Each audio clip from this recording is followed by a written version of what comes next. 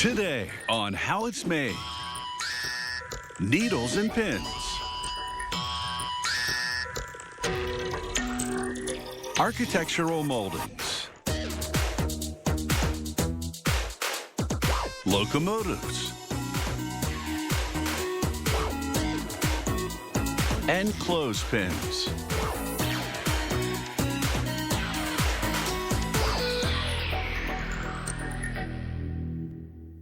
Throughout history, sewing needles have kept things from falling apart at the seams. From primitive times when needles were made of bone to today's thin steel versions, sewing needles have played an important role in our lives. For many years, this simple tool made it possible to clothe an entire family. Today, when most clothing is factory-made, a sewing kit remains a household essential. When things start to unravel, a needle and thread offer a quick fix. Sewing needles begin with thin steel wire. Machinery uncoils two spools simultaneously and pulls the wires across guide wheels and into narrow passageways to remove kinks and straighten the wires. And then cutters slice them to the length of two needles. The wires exit into shaking chutes and fall into bins in neat piles. Each one will be used to make two needles.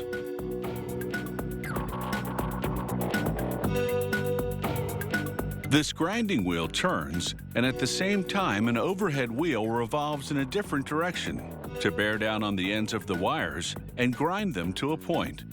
Sparks fly from the friction. It takes up to 6 grindings to make the tips sharp enough. Then the wires head down the line to a series of stamping machines. The first one flattens each wire at midpoint to form 2 needle heads. The next stamping device punch cuts 2 eyes, 1 in each head. The third machine cuts the wire in 2 and trims excess material from around the needle heads. The needles fall into a bin. In 3 quick steps, this steel wire has been transformed into 2 sewing needles. Next, they toughen the metal by first baking the needles in an oven and then quickly bringing down their temperature. The temperature shock hardens the needles. They cover the needles with glycerin oil and a polishing powder. They wrap them in a bundle of plastic and cloth and stitch it up. They roll a layer of leather around the bundle of needles. The package then goes into a special rolling mill. It spins in this machine for 2 days. Inside, the needles agitate with the polishing ingredients, and they emerge looking much smoother. Then it's into a washing machine for a scrub with soap and water. This removes the polishing residue to prepare them for electroplating. Electroplating gives the needles an outer skin of corrosion-resistant nickel.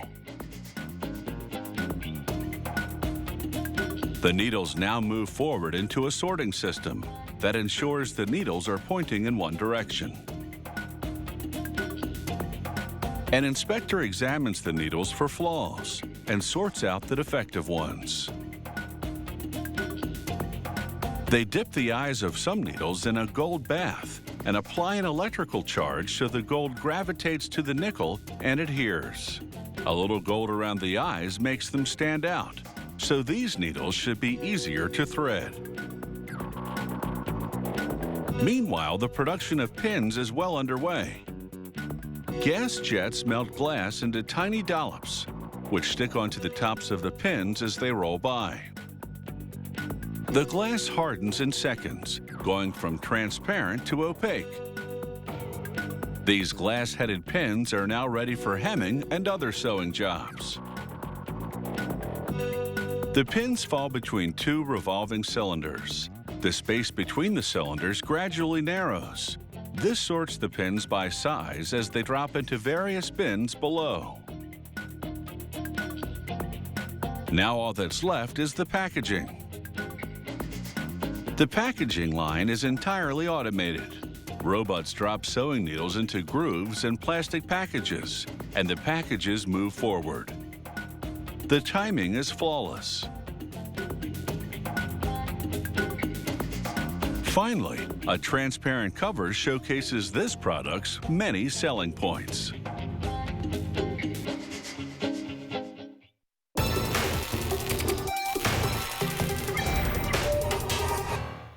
Exterior moldings can transform an ordinary structure into something grand. The ancient Greeks were the first to demonstrate this, with elaborate carved moldings on temples. Today, there's no need to spend long hours carving moldings. Fabricated synthetic versions are now available to give a structure instant curb appeal. Architectural foam moldings trick the eye. They look like stone or wood, and it's all a carefully crafted illusion to impress the neighbors or passers-by.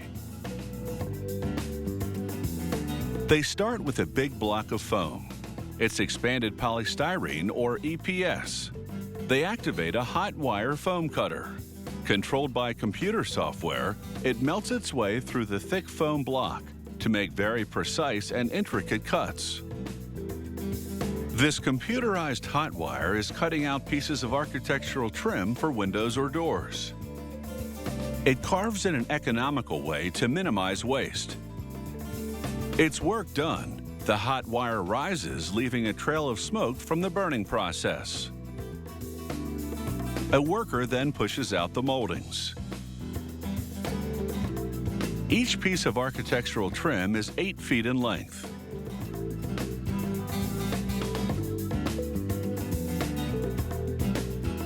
The hot wire now carves an elaborate fluted column, 1/2 at a time.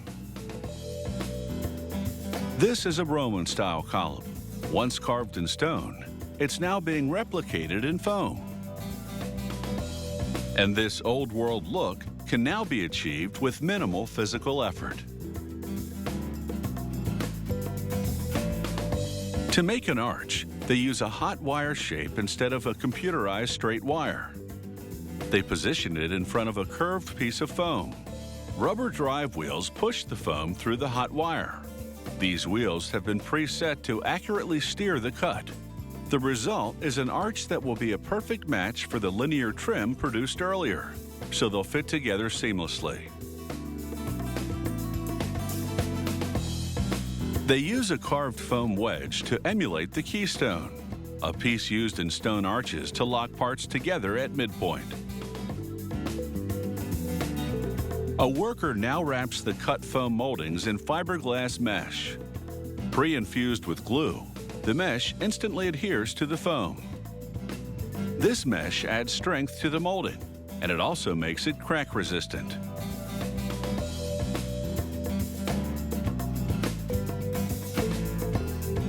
Next, cement flows into a hopper and onto the moldings below. The moldings are driven through a template with the same contours to apply the cement evenly on the surface and the sides. This is no ordinary cement. It's a pre-engineered mix fortified with a special resin to create a durable coating for the mesh-covered moldings. A worker then transfers the moldings to a rack to cure for a minimum of 24 hours before getting another coating of cement, this one with a much finer texture. It's much trickier to apply cement to an arch-shaped piece of molding, so they take a more hands-on approach. The employee scoops the cement onto the meshed foam semicircle. He then moves the custom-made template over the molding, instead of pushing the molding through it. It's a better way to evenly distribute the cement on a curved surface.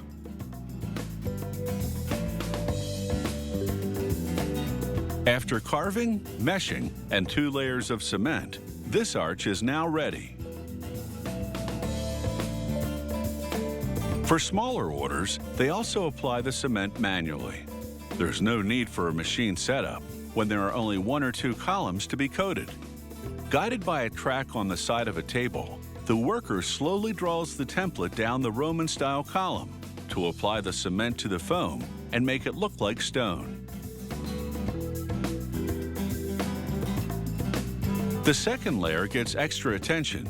He rubs the cement into the grooves for complete coverage and then pulls the template across once again, this time lightly skimming the surface to produce a finer texture. And now, these moldings are ready to add detail and definition to a structure.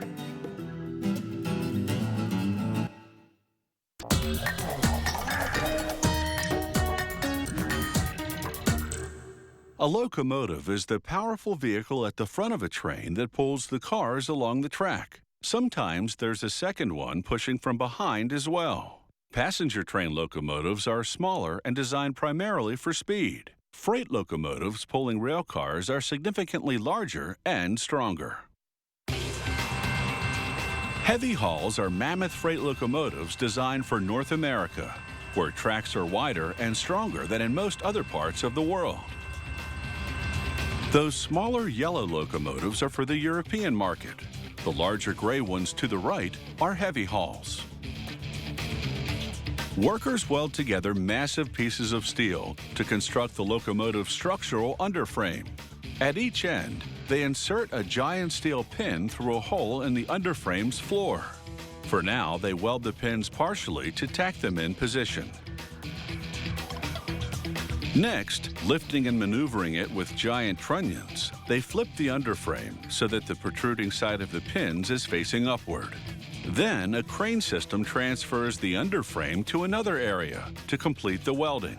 The pins require exceptional bonding because they connect the underframe to the wheel frames. An automated welder circles each pin repeatedly, progressively building up an inch-thick weld. They make the same size weld on the other side of the pin. All the welded steel parts are exceptionally thick, rendering the underframe strong enough to pull 500 tons. Next, they install the air reservoir and pipes for the pneumatic brake system and a 5,300-gallon fuel tank. Then they assemble the locomotive's 6 traction motors. Each one generates 750 horsepower, 3 times more than a typical car, giving the locomotive 4,500 horsepower strength. To build each traction motor, they bolt coils of wound copper into a cylinder called a stator. Then they lower another cylinder called an armature into the stator. Powered by an alternator, the coils produce an electric field that rotates the armature, turning components which propel the locomotive. Workers lubricate the wheels, then using a strong press, fit 2 on each of the vehicle's 6 axles. Each wheel is a yard in diameter and weighs about a half a ton. The axle has a large gear that turns both wheels. This finished unit is called a wheel axle gear assembly, WAG for short. Workers install a WAG onto each of the 6 traction motors. The WAG's gear engages with the traction motor's gear, so when the motor runs, that gear turns, which then rotates the WAG gear, which turns the wheels. So now there are 6 WAG and traction motor combinations. Workers divide them into 2 groups of 3, then bolt each trio into a frame called a bogie. So now the locomotive has 2 bogies, each with an air-driven brake system built into it. Until this point, the bogies have been upside down. Now a crane flips them right side up to prepare for the final assembly of the locomotive.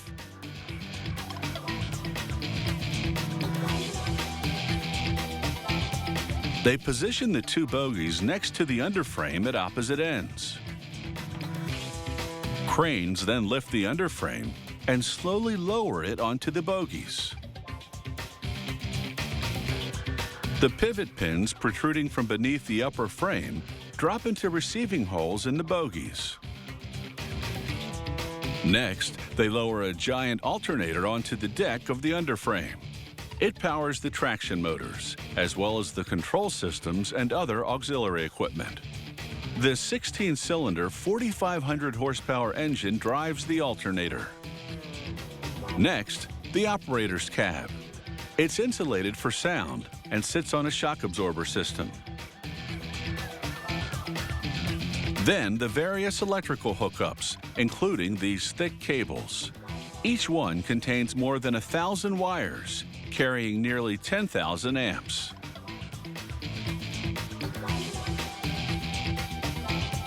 Now, a hood goes over the engine and alternator to protect them from the elements. From here, the locomotive goes to another department for paint and decals. The finished locomotive is 75 feet long. Fueled up, it weighs 225 tons, and depending on the terrain, can haul a train up to 6/10 of a mile long.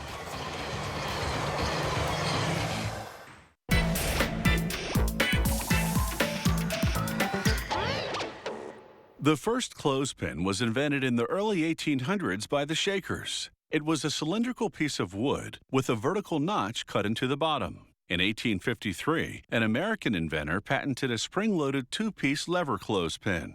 That's the type still produced today in both plastic and wood. This Czech company makes clothespins out of beechwood. Beech is ideal because it's hard and durable. When the logs arrive at the factory, an automated bandsaw slices each one laterally into 2.8-inch thick planks. Wood is naturally damp, so it's critical to dry the planks. Otherwise, clothespins made from them would repeatedly expand and contract with temperature changes and eventually crack. First, the planks air dry outdoors for about 7 months until their moisture level drops to 20%. Then the planks go into a kiln for 3 or 4 weeks to bring the moisture level down to between 8 and 10%. The wood now stable, workers cut the planks into shorter, more manageable lengths. Then into 2.5 by 2.5 inch blocks.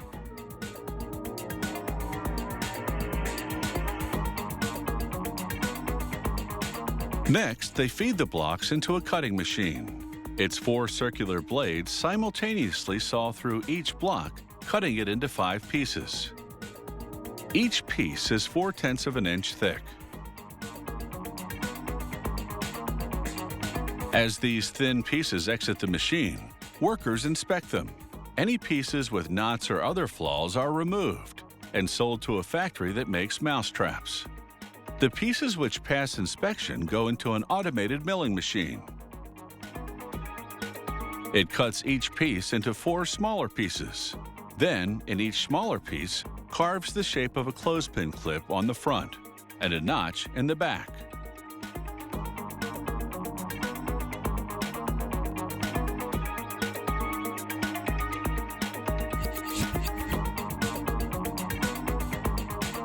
So each thin piece of wood has gone from this to this to this. The notch on the back will hold the spring that mates 2 clips and produces the tension they need to grip.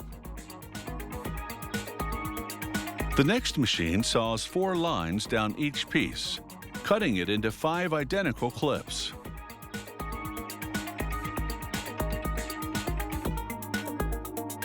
Before and after. All that cutting leaves rough, splintered edges, so workers now load the clips into a sanding barrel. As the barrel revolves, the clips rub against each other, the abrasion gradually smoothing the rough wood. Workers also place a piece of wax amid the clips. As the barrel turns, particles rub off and coat the wood, making it even smoother. Meanwhile, another automated machine makes the springs out of 5/100 of an inch thick iron wire. The wire has a zinc coating on it to prevent rust. Watch in slow motion how the machine twists the wire 7 times to make the coil portion of the spring, then bends the ends to make the part that fits into the notch. With all the parts ready to go, it's assembly time. Workers load clips and springs into separate chutes of the assembly machine. As each spring drops down, a mechanical finger pushes the end aside to clear the way for a pair of clips to encase the coil. Then it releases the end of the spring into the clip notches. The machine does all this at a rate of 8,000 clothespins per hour. The finished clothespins drop onto a conveyor belt that transports them to the next machine, which groups them by the dozen.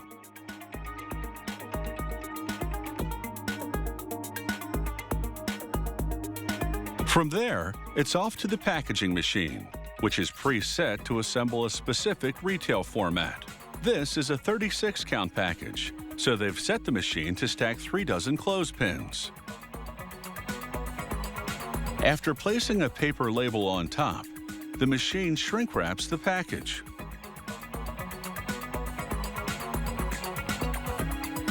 Clothespins may be rather ordinary products, but their reputation is always on the line.